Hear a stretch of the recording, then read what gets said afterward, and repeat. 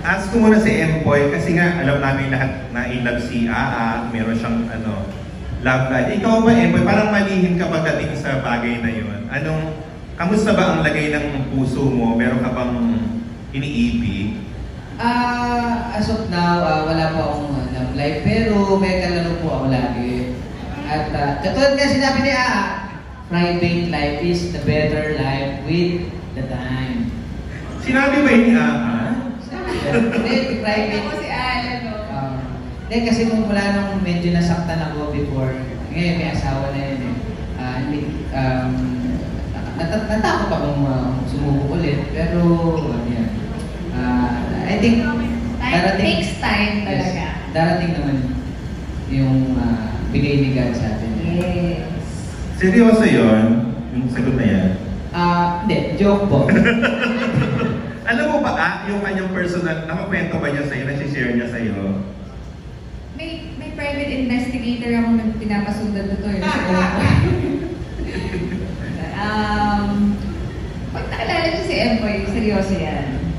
Pag nasa set ka, galang-galang talaga yan. Touchy case pa. So ano yung nilalaro mo, Empoy? May manika siya, tapos may needle. Nanalo po. Meron po ako dun manika nakapusod, tapos naka-yellow po na color. Joke lang. I love you. Ano to? Ginawa ko makukulang?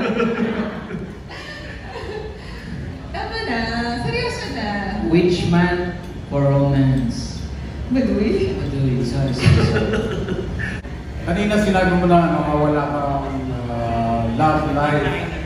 And so what is keeping you from having another love life this time? True ba yan? Walang love life. Ano yun? Anong dahilan bakit hindi ka nagla-love life ulit? Yun nga po, nabanggit ko po dahil nasaktan po ako before sa... Ikaw ba nasaktan o siya nasaktan? Ako po nasaktan. Okay.